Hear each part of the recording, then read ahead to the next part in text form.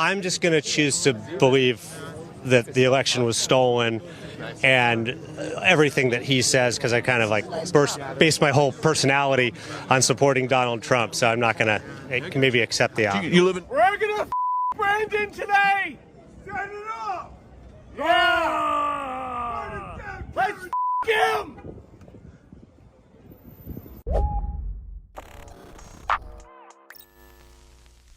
Well, folks, it's Tuesday, the day that Trump said that he was going to be arrested, and there's this feeling of anxiousness and, dare I say, excitement in the air as we all wait to see if it's actually going to happen.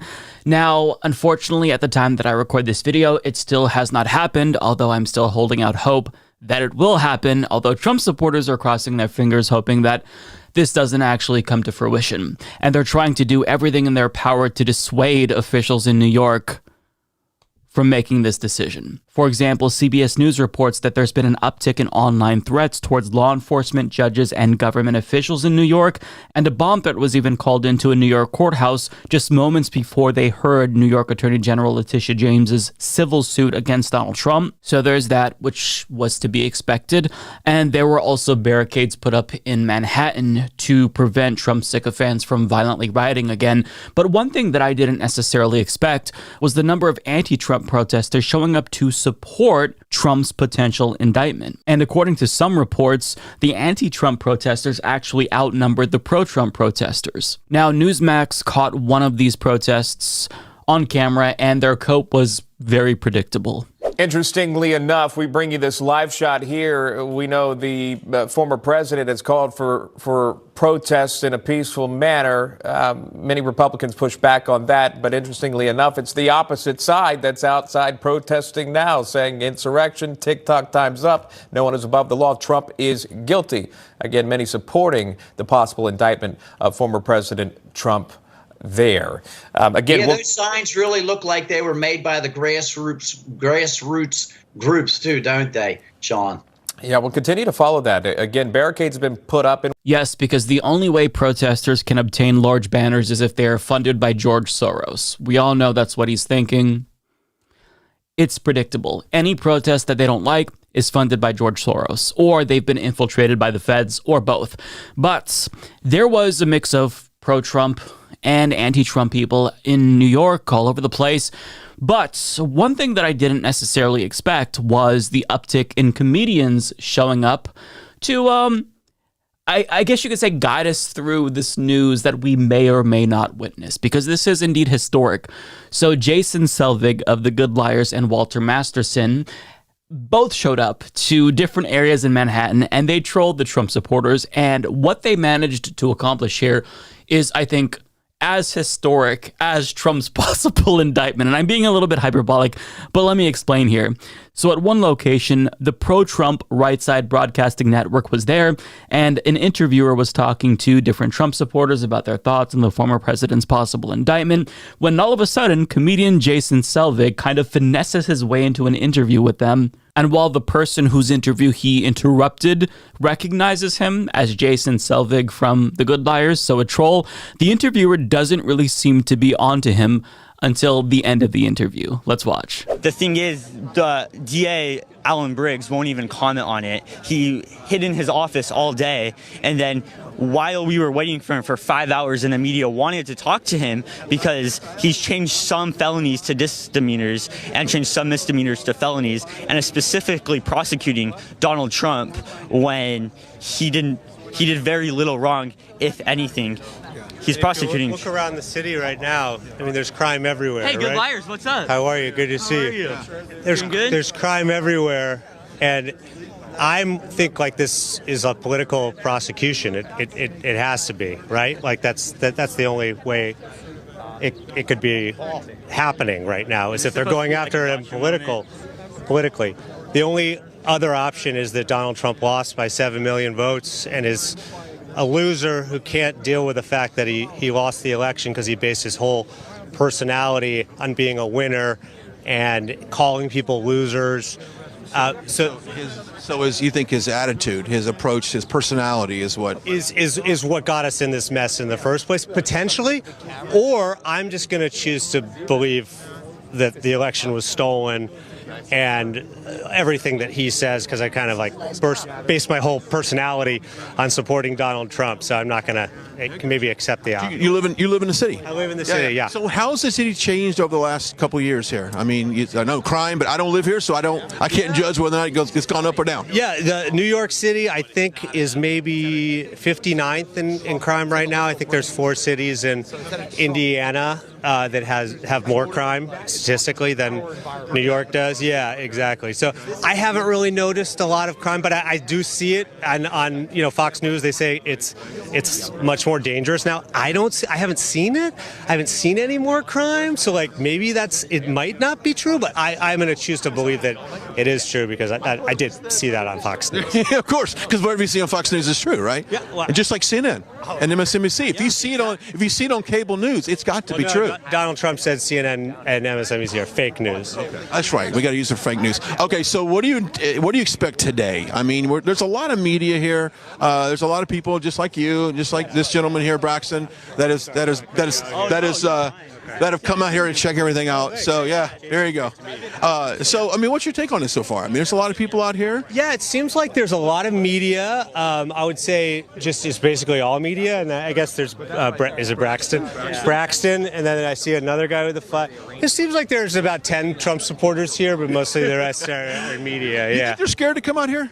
I got to be honest with you, Braxton. I'm not sure where Make America Great Again on the streets here. Well, I think here's what it is. A lot of people are saying maybe it's going to be like a false flag operation like January 6th. Like Donald Trump told everyone to be in D.C. on January 6th, and then everyone afterwards Protests, right? Exactly. And then like it turned into like a riot, and I'm wondering if people come here, if they're worried it's going to be a false flag, even though Donald Trump told everyone to protest, they're not showing up. So yeah, not planning on showing up. I had one guy here. Let's turn the camera real quick. He's still yelling at this young lady.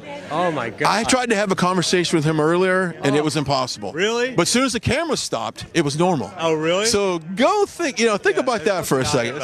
There's something weird about that. Well, we appreciate your time. Yeah, First name, what was your name? Brian. Brian. With I'm Right a Side. big fan of Right Side. Oh, I appreciate it. You're very nice. Jason, Thank you, Jason. Nice to meet you. All right, I'm going to bring in our very own.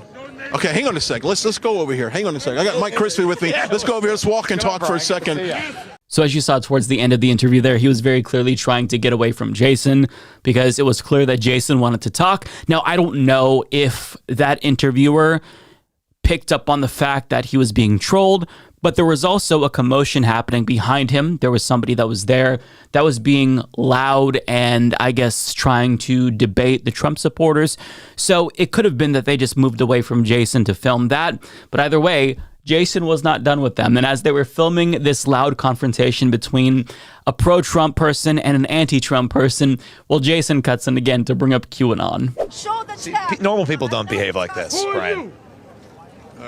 You're nobody. I don't even know you. Of course you don't know me.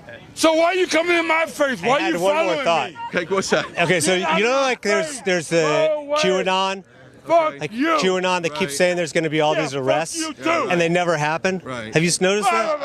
I'm not a follower of that. Oh, yeah. Maybe this is the arrest that they were talking about. Maybe we should get the hell out of here. Maybe it's like trust the plan. Maybe this is the arrest right now, Donald Trust the Trump. plan. I don't know. Yeah, maybe so. What's your thoughts on a guy like that coming out here screaming? Well, he's here. He's nonviolent. He's screaming. As long as he doesn't get physical, I think that's all right. You got a First Amendment right. Yeah. Sorry, I didn't mean to interrupt you guys. All right. Thank you. All right. No, but Brian, I mean, all these people here are peaceful. All these people are exercising their First Amendment. And it's always one angry, depraved, wacko leftist who comes out here and stirs up the crowd. And they want to fight. They want it to turn violent.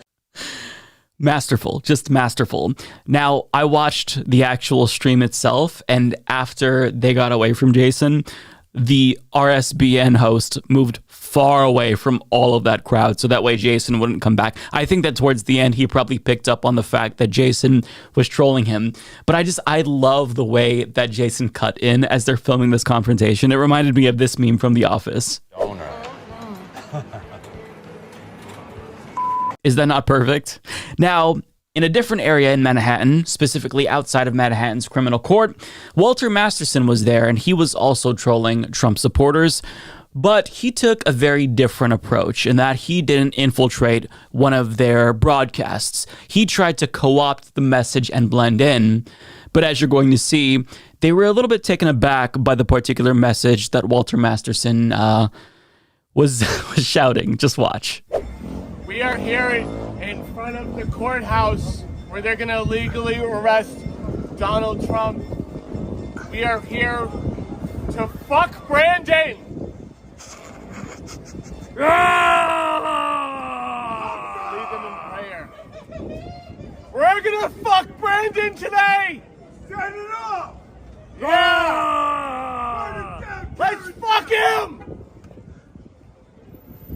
The look on his face there. He knew at that point in time that Walter Masterson was fucking with him. There's no way.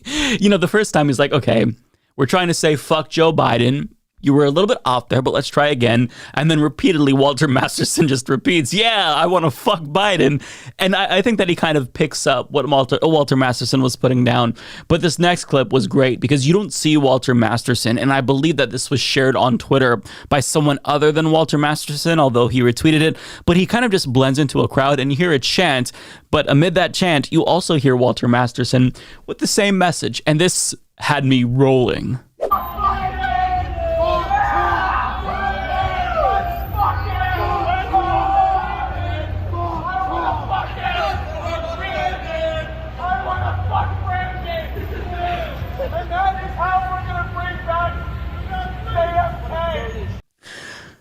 That might be my favorite clip of the entire year because there's like multiple people. They're chanting, let's go, Brandon. And Walter Masterson is louder than all of them. Like you can hear Walter Masterson saying, I want to fuck him. And he's louder than them, which is just... It's amazing. I don't know how he does it, but he blends in and they don't suspect it. Although I would assume that they realized that he was trolling towards the end there where he talks about, yeah, I want to fuck Joe Biden. It's just brilliant. So look, folks, I don't know what's going to happen with regard to Trump being indicted or arrested, if that's still going to happen today. But either way, this news, it definitely helped me. The news being that comedians infiltrated these events, because I think I speak for everyone when I say that there's a little bit of anxiousness in the air, as I stated earlier. It's palpable, right? We all don't know what's going to happen. Everyone, for different reasons, is kind of anxious about the possible news of Trump being indicted and or arrested. But either way, news like this, it's just more lighthearted and it makes me feel at ease about the situation, knowing that I can feel confident that the memes are going to be absolutely dank and fire in the event Trump is arrested. Because, I mean, he hasn't even been arrested yet. Just the possible news has led to hilarious outcomes. So imagine if he actually is arrested. Get your memes ready. It's going to be absolutely a fun time on the internet. We'll put it that way. I'm going to come. Do not come. Come. Welcome to the Come Zone. Come.